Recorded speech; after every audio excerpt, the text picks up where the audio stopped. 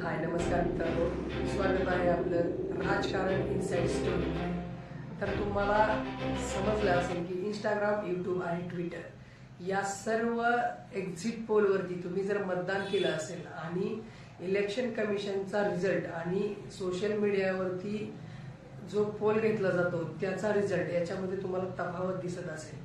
कारण इलेक्शन कमिशनचा निकाल हा वेगळा लागतो आणि तुम्ही सोशल मीडियावरती दिलेला निकाल हा वेगळा लागतो. याचा असा प्रश्न तुम्हालाही पडला असेल तर नक्की आपला हा व्हिडिओ शेवटपर्यंत बघा. मी अक्षय आडकर पूर्ण फॅक्ट मध्ये समजावून सांगू शकतो की हे असं का घडतं. सोशल मीडियाचे पोल एकदम चुकीचे का ठरतात, त्यांच्या आणि इलेक्शन कमिशनच्या मतांमध्ये एवढं अंतर का पडलं जातं आणि आपल्याला प्रत्येक वेळेस वाटू शकतं की काहीतरी घोळ आहे. तर आपण त्याच गोष्टींवरती आज प्रकाश टाकणार आहोत आणि या व्हिडिओमध्ये पूर्ण याचं पोस्टमॉर्टम करणार आहोत. तर हा व्हिडिओ नक्की बघा.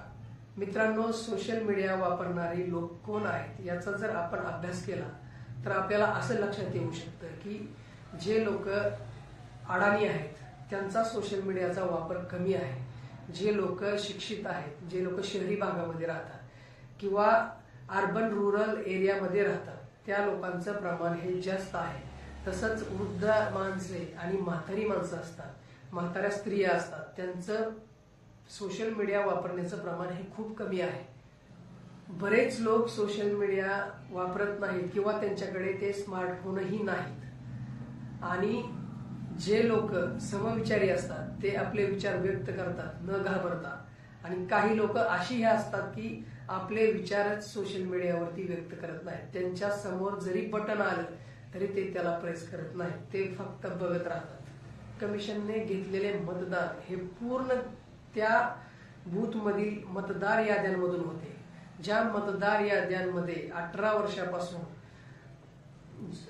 वर्षांपासून म्हाताऱ्या माणसांपर्यंत त्यांची नावे त्या मतदार यादीमध्ये असतात. तसं सोशल मीडियामध्ये नसतं. सोशल मीडियामध्ये फक्त सोशल मीडिया वापरणारेच लोक असतात. लोकांचा इंटरनेटशी काहीही संबंध नाही.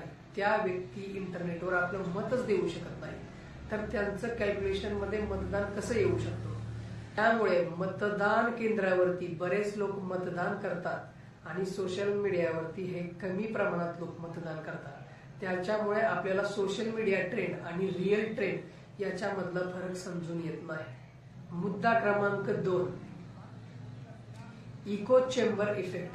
म्हणजे समविचाराची लोक ज्यांचा फॉलोअर बेस जसा असेल तसे त्यांना सोशल मीडियावरती व्हिडिओ येत राहतात. जर समजा तुम्ही उजव्या किंवा डाव्या विचारसरणीचे लोक असाल, म्हणजे काही सरकारच्या पक्षामधील असतील आणि काही सरकारच्या विरोधात राहणारे लोक असतील की त्यांच्या पूर्ण सिस्टम विरोधात आवाज उठवणे, काही चुकीच्या गोष्टींवरती प्रश्न मांडणे, असे जर लोक असतील तर त्यांना त्याच प्रकारचे व्हिडिओ येत राहतात. कारण तुम्ही तुमच्या कमेंट त्याच्यावरती पास केलेल्या असतात. त्याच्यामुळे अल्गोरिदम तुम्हाला तेच सर्व करणार आहे जे की तुम्हाला बघायला आवडतं. त्यामुळे सोशल मीडियामध्ये ज्या रील्स आणि पोस्ट आणि जे काही लॉंग व्हिडिओ युट्यूबवरती तुम्ही बघत असता, तुम्हाला तुमच्याच विचारांचे, तुमच्याच समविचारांच्या लोकांचे व्हिडिओ येत राहणार आणि तुम्हाला वाटत राहणार की पूर्ण सोशल मीडियावरती असं वातावरण आहे, तर त्याचं रूपांतर हे मतांमध्ये का होताना दिसत नाही. आता तुम्हाला वाटेल की मग हे ट्रेंड कसे बदलतात, तर सगळ्यात मोठा गेम एकाच गोष्टीमध्ये घडतो की सायलेंट वोटर आपल्या भारत देशामध्ये खूप आहे. ज्यांना आपले विचार प्रकट करायची किंवा विचार सोशल मीडियावरती व्यक्त करायचा असू द्या किंवा साधं एक मत व्यक्त करायचं असू द्या, ते मत त्यांना व्यक्त करण्यासाठी धाडस नसते किंवा त्यांना तो इंटरेस्टही नसतो. त्याच्यामुळे ते सोशल मीडियावरती जे काही पोल घेतले जातात तिथं ते व्यक्तही होत नाहीत, कोणती कमेंट पास करतानाही ते दिसत नाही. कारण त्यांचा वेळ हा पूर्ण फक्त काय चाललंय हे फक्त लांबून बघण्यामध्येच ते व्यस्त असतात. कधीही ते तुम्हाला एक गोष्ट जाणवली असेल की या जगामध्ये व्यक्त होणारी लोक खूप कमी आहेत. आणि असं नाही की तुम्ही बोललंच पाहिजे, सोशल मीडियावरून बोललंच पाहिजे, असं नाही. तुम्हाला जर तुमचं मत व्यक्त करायचं असेल तर तुम्ही कमेंट मधून करू शकता. एखाद्या एक्झिट पोल मध्ये तुम्हाला जर मत नोंद करायचं असेल तरीही तुम्ही करू शकता. एवढंही धाडस काही लोकांमध्ये नसते किंवा त्यांना तेवढा इंटरेस्ट नसतो.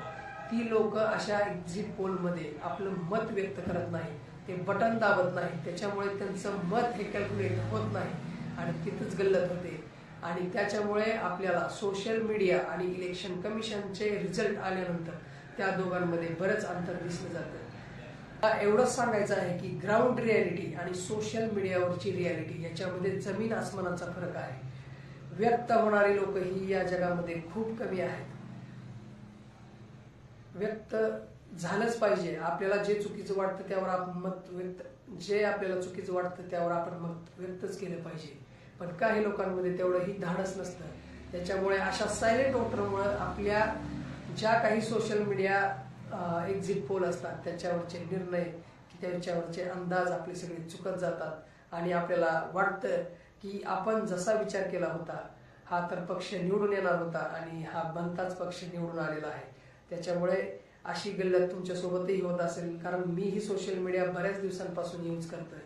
मलाही याच प्रकारचे प्रश्न पडत होते. म्हणून मला वाटलं की आपण खऱ्या गोष्टी चेक करून बघितल्या पाहिजे. तर मला या गोष्टी जाणवलेल्या आहेत. तुम्हाला काय वाटतं तुम्ही कमेंट करून नक्की सांगा.